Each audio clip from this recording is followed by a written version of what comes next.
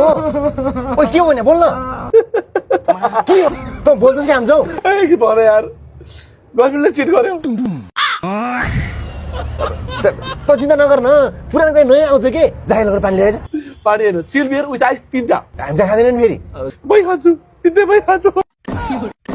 होइन होला कि तैँले राम्रोसँग बुझिस् किन उडुप्ला धेरै आँखाले देखेको अँगालो हालेर हात समाएर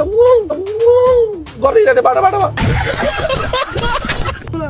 दुःख त हामीलाई पनि लागेको छ त त्यत्रो कन्टेन्ट क्रिएसन गर्ने मान्छे त्यही त कन्टेन्ट बना त्यस्तो मलाई केटी कति आउँछ कन्टेन्टमा फोकस गर्न कसरी फोकस गर्नु यार आँखै अगाडि त्यो दृश्य चल चल चल आउँछ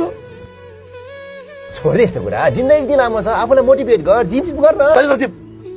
मेरो आँखा अगाडि त्यसरी हातमा हात समाएर गर्दै हिँडेको कम गाह्रो भएको छ मलाई सर अनि साथी तँलाई गर्लफ्रेन्ड चिज किन गरेर छ किन जापानको भिसा रिजेक्ट भयो नि त अनि जापानको भिसा लागेर साला आएर छ हे तिरिका म पनि जापान एप्लाई गरेर रिजेक्ट भएको मान्छे हो मलाई केही भएको छ त साँच्ची तैँले जापान एप्लाई गरेछ नि हैन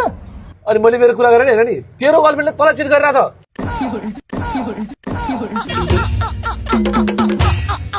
धेरै आँखा देखेको बाटोमा यस्तो अङ्गाल हालेर भिसा लागेको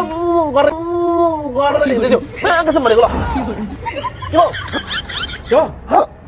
के भयो के भयो के भयो के भयो के भयो बोल्दैन त के भयो